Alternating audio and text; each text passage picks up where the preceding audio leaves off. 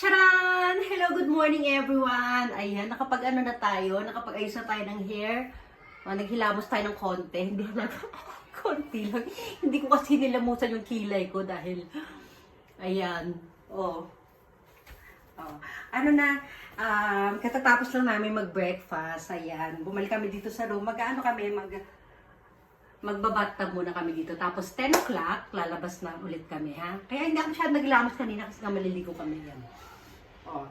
Ayan. Ito yung suot ko pa yung kahapon ito eh. Inalis ko lang yung double ko. Ayan. Konti lang kasi yung baon natin damit. Diba? Hindi naman ito yung ating pinantulog. Ito yung ating bintana. Bubuksan na natin. Ano tayo, diba? Brandy, halika dito. Mag-good morning tayo. Dali. Diba? Hello, good morning. Good morning, good morning. Ayan, outfit check lang tayo. Ayan, tagal na ako din nag-stomach ina.